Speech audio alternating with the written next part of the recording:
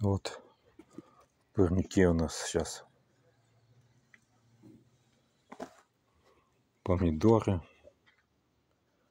перцы. Тут огурцы уже вон, но огурцов пока нету.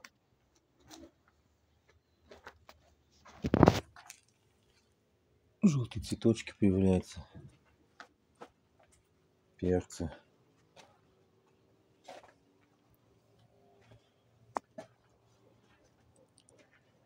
Ведра поставим, чтобы влажность была, ведра с водой. Тут укроп вырос еще тут у нас. Укропчик. Тут завязи появились.